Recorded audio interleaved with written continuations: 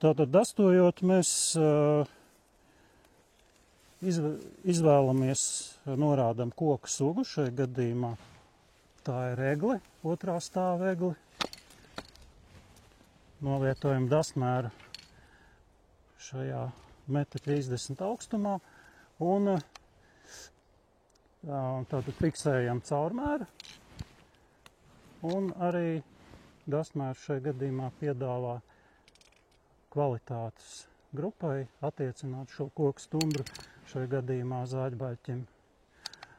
Tad arī ir iespējams ievadīt dasmērā bojāto daļu, ja tāda kokam ir, šajā gadījumā tādas nav. Ejam tālāk, koks ir fiksēts un mēs viņu atzīmējam šādi, lai nenomērītu otru reizi no lieka.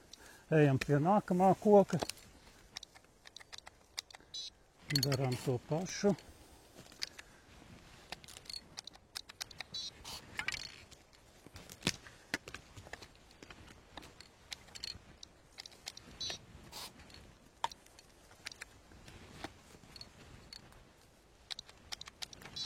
Un tā tālāk.